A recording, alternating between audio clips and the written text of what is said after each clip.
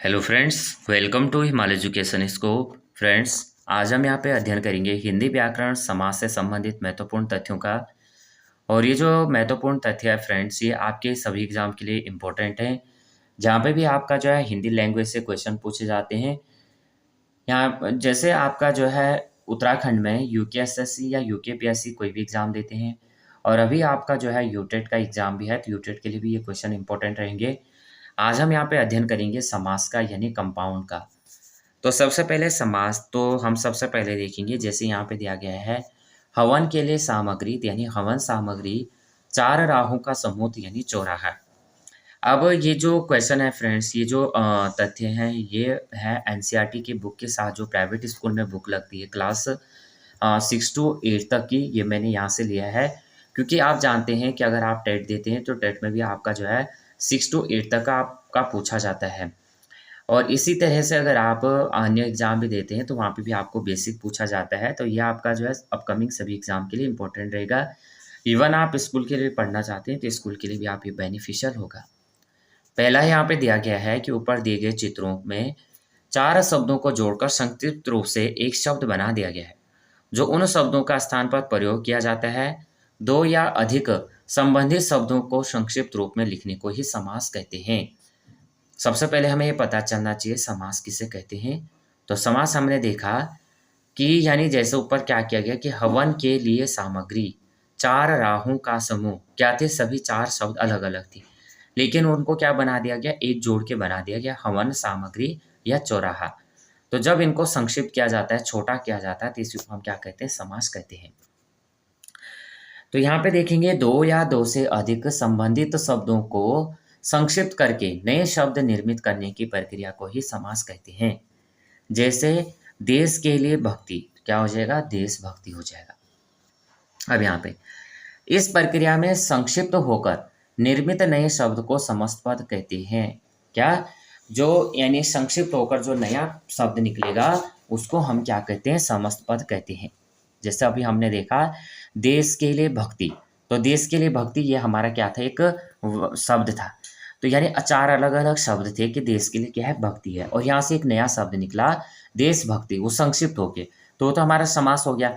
लेकिन जो ये देशभक्ति शब्द है, ये कैसा है? समस्त पद है, यानी समास इसने क्या दिया? एक नया रूप दिया। जैसे हवन सामग्री, चौराहा, देशभक्ति आदि।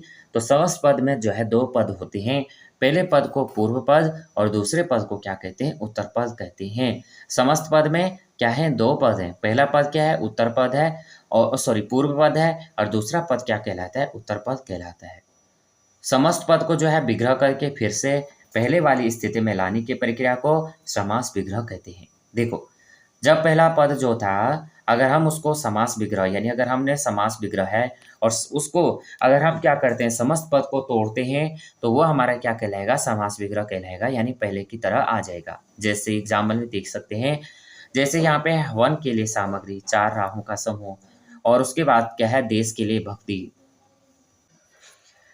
अब आगे देखेंगे, यहाँ पे उदाहरण दिए गए हैं। जैसे समस्त पद क्या है? हवन सामग्री।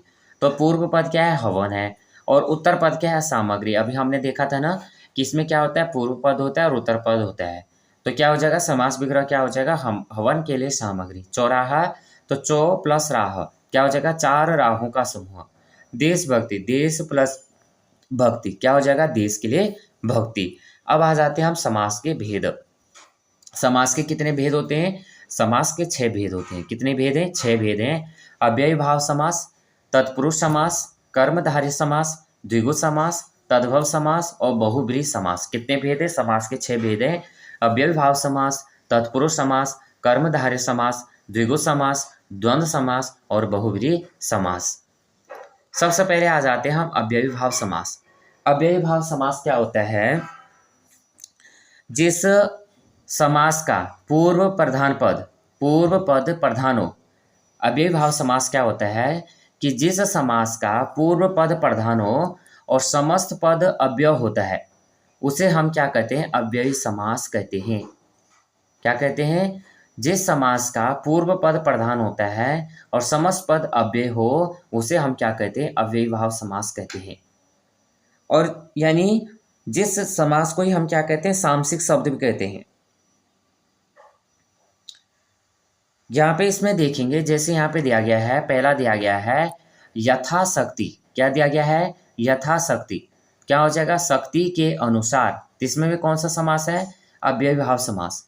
प्रतिदिन, प्रत्येक दिन, हाथों हाथ यानी हाथों ही हाथ में, निसंदेह, संदेह के बिना, यथासंभव, जैसा संभव हो, आजन्म, जन्म से लेकर, यथाक्रम, क्रम के अनुसार, भूखमरा। क्या हो जाएगा? भूख से मरा हुआ। जैसे आमरण, मरण तक, निरोग, रोग रहित, प्रतिक्षण, हर क्षण। तो ये हमारे क्या हो जाएंगे? अव्ययभाव समास के उदाहरण हो जाएंगे। उसके बाद आ जाते हैं हम तत्पुरुष समास। तत्पुरुष समास क्या होता है? जिस समास का उत्तर पद, जिस समास का उत्तर पद प्रधान हो और पूर्व पद गौण होता है। क्या होता है? जिस समास का उत्तर पद प्रधान हो और पूर्व पद गौण होता है, उसे तत्पुरुष समास कहते हैं। विभक्ति के आधार पर तत्पुरुष समास के 6 भेद होते हैं। क्या होते हैं? विभक्ति के आधार पर तत्पुरुष समास के क्या होते हैं? 6 भेद होते हैं। इनमें जो है, इनके नाम भी क्या होते हैं? विभक्ति के नाम पर होते हैं। जैसे कर्म तत्पुरुष समास। क्या होता है? कर्म तत्पुरुष समास, पहला वाला। तो क्या होता है? जैसे यानी यश प्राप्त, तो यश को प्राप्त करने वाला। जेब कतरा, जेब को कतरने वाले या काटने वाला। सर्वप्रिय, सर्व सभी को प्रिय। शरणागत, शरण को आगत। यानी अगर रहेंगे, तो अगर इस यश प्राप्त हो गया, जेब कतरा हो गया, सर्वप्रिय हो गया, अगर इनको हम देखेंगे तो ये क्या है? कर्म तत्पुरुष समास है। लेकिन अगर किसके अंतर्गत आएंगे? तत्पुरुष समास के अंतर्गत आएंगे। उसके बाद क्या हो जाएगा? करण तत्पुरुष समास। क्या हो जाएगा? करण तत्पुरुष समास हो जाएगा। तो समास हमारा है स्वरचित, यानी स्वर द्वारा रचित। बाढ़ग्रस्त यानी बाढ़ से ग्रस्त। मन चाहा, मन से चाहा। गणयुक्त, तो गुणयुक्त क्या हो जाएगा? गुण से युक्त। ये हमारा क्या हो जाएगा? करण तत्पुरुष समास। उसके बाद आता है हमारा संप्रदान तत्पुरुष समास। तो संप्रदान तत्पुरुष समास में क्या है? रसोई घर यानी रसोई के लिए घर। बस अड्डा, बस के लिए अड्डा। सवारी गाड़ी यानी सवारी के लिए गाड़ी। जेब खर्च, जेब के लिए खर्चा। उसके बाद आ जाता है हमारा अपादान तत्पुरुष समास। और अपादान आप समझते हैं कि जहाँ पे क्या होता है? किसी चीज से अलग होना। जैसे कर्ज मुक्त, तो क्या हो गया? कर्ज से मुक्त हो गया भाई। अब क्या हो गया? मुक्त हो जाना। कर्महीन, कर्म से हीन। धर्म भ्रष्ट, धर्म से भ्रष्ट हो जाना। और जन्मांध, जन्म से अंधा। संबंध तत्पुरुष समास। तो संबंध तत्पुरुष समास क्या होता है? जैसे राजपुत्र यानी राजा का पुत्र। रामदास यानी राम का दास। राष्ट्रपिता यानी राष्ट्र का पिता। प्रभु कृपा यानी प्रभु की कृपा। उसके बाद आ जाते हैं हम अधिकरण तत्पुरुष समास। अधिकरण तत्पुरुष समास में क्या होता है? जैसे वनवास, वन में वास। आप बीती यानी आप यानी स्वयं पर बीती हुई। ध्यान मग्न यानी ध्यान में मग्न। घुड़सवार यानी घोड़े पर सवार। आगे आ जाते हैं हम कर्मधारय समास। कर्मधारय समास यानी पहले हमने पढ़ा था अव्ययीभाव समास, दूसरा हमने पढ़ा था तत्पुरुष समास। अब हमारा क्या हो जाएगा? कर्मधारय समास। कर्मधारय समास क्या होता है? जिस समास का उत्तर पद प्रधान हो और पूर्व पद में क्या होता है? उत्तर पूर्व, जिस पर समास का उत्तर पद प्रधान और पूर्व व उत्तर पद में विशेषण या विशेष उपमान, उपमेय का संबंध होता है, उसे हम कर्मधारय समास कहते हैं। अब जैसे कमल नयन, कमल के समान नयन। नील कमल, नीला है जो कमल। चंद्रमुख, चंद्र के समान मुख। पुरुषोत्तम, पुरुषों में है जो उत्तम। कमल मुख, कमल के समान मुख। कविवर, कवियों में है जो वर श्रेष्ठ। चरण कमल, कमल के समान चरण। महान कवि, महान है जो कवि। आ जाते हैं हम द्विगु समास पे। तो द्विगु समास किसे कहते हैं? जिस समास को पूर्व पद संख्यावाचक विशेषण होता है, उसे द्विगु समास कहते हैं। यहाँ पे क्या है कि जिस समास का पूर्व पद संख्यावाचक में होता है, यानी संख्याओं में होता है। जैसे नवरत्न यानी 9 रत्नों का समूह। समास विग्रह करके क्या बन रहा है? 9 रत्नों का समूह। चौमासा, 4 मासों यानी माह का समूह। सप्त ऋषि यानी 7 ऋषियों का समूह। षटभुज क्या हो जाएगा? 6 भुजाओं का क्या हो जाएगा? समूह हो जाएगा। पंचवटी, 5 वृक्षों का वट का वृक्ष समूह हो जाएगा। त्रिलोक, 3 लोकों का समूह हो जाएगा। पंचमेवा, 5 मेवाओं का समूह हो जाएगा। अष्टदल यानी 8 दलों का समूह हो जाएगा। अब आ जाते हैं हम द्वंद्व समास में। द्वंद्व समास में क्या होता है? जिस समास के दोनों ही पद प्रधान हो तथा दोनों पदों के बीच और शब्द का लोप होता है, वह योजक चिन्ह का प्रयोग होता है, उसे हम क्या कहते हैं? द्वंद्व समास कहते हैं। द्वंद्व समास में अगर आप जैसे माता पिता, लाभ हानि, ठीक है, करे विक्रय, इस तरह से जो शब्द होंगे, जैसे गुरु शिष्य, गुरु और शिष्य, आगे पीछे, आगे और पीछे, सीताराम, सीता और राम, राजा रानी, राजा और रानी, लाभ हानि, लाभ और हानि, पूजा पाठ, पूजा और पाठ, हार जीत, हार और जीत, अन्न जल, अन्न और जल। इस तरह से हमारे क्या है? द्वंद्व समास होते हैं। अब हमारा रह रखा है बहुब्रीहि समास। बहुब्रीहि समास होता है जिस समास के दोनों पदों में भी कोई भी प्रधान नहीं होता है। बहुब्रीहि समास क्या है? इसमें कोई भी प्रधान नहीं होगा, ना तो उत्तर पद प्रधान होगा, ना पूर्व पद आपका प्रधान होगा, अपितु समस्त पद के सामान्य अर्थ को छोड़कर अन्य विशेष अर्थ प्रदान होता है, उसे हम बहुब्रीहि समास कहते हैं। जैसे दशानन, दशानन यानी 10 आनन, मुख, आनन का मतलब क्या हो गया? मुख है, और जिसके अर्थात यानी कौन है? रावण। किसके 10 आनन? वो है रावण। श्वेतांबर, श्वेत है अंबर, अंबर का मतलब क्या है? वस्त्र, और वस्त्र यानी जिसके अर्थात कौन है? श्वेतांबर। श्वेत कौन पहनता है? श्वेत वस्त्र कौन पहनता है? सरस्वती। पीतांबर, पीले यानी पीत है अंबर जिसका, जो क्या पहनता है? पीले वस्त्र पहनता है, अर्थात कृष्ण। नीलकंठ, नीला है कंठ जिसका, अर्थात कौन? किसका कंठ नीला होता है? शिव जी यानी शिव। त्रिलोचन, 3 लोचन है आंखें, यानी लोचन का मतलब क्या होता है? आंखें, और यानी किसके होते हैं 3 आंखें? वो है शिव। लंबोदर, लंबोदर यानी लंबा है उदर जिसका, किसका है लंबा उदर? पेट। किसका है? उदर मानी पेट, और किसका है? ये गणेश जी का। मुरलीधर, मुरली धारण की है जिसने, किसने की है मुरली धारण? वो है कृष्ण।